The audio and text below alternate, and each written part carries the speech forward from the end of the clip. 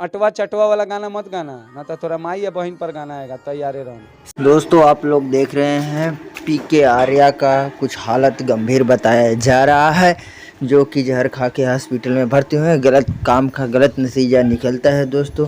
ऐसे गंदे गाने लिखने की वजह से मीडिया वालों ने परेशान किया, बार बार इसे टॉर्चर करने से पीके ने जहर खा के हॉस्पिटल में पड़े हुए हैं।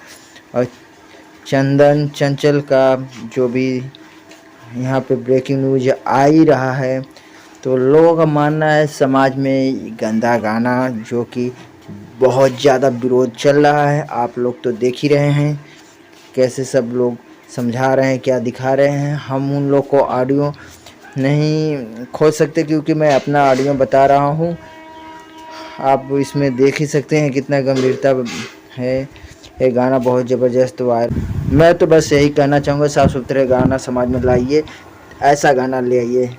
सागर यादव जी का ये भक्ति सॉन्ग बिल्कुल नहीं चल रहा है, आप इनको सपोर्ट कीजिए अच्छे गाने के लिए, अच्छे गाने मार्केट में लाने के, समाज में लाने के लिए। तो आप इनके चैनल पे विजिट कीजिए, मुझे उम्मीद है आप अच्छे अच्छे कमेंट कीजिए। शुभ अवसर है दिन देखो आज आई है, बड़े भाग से माँ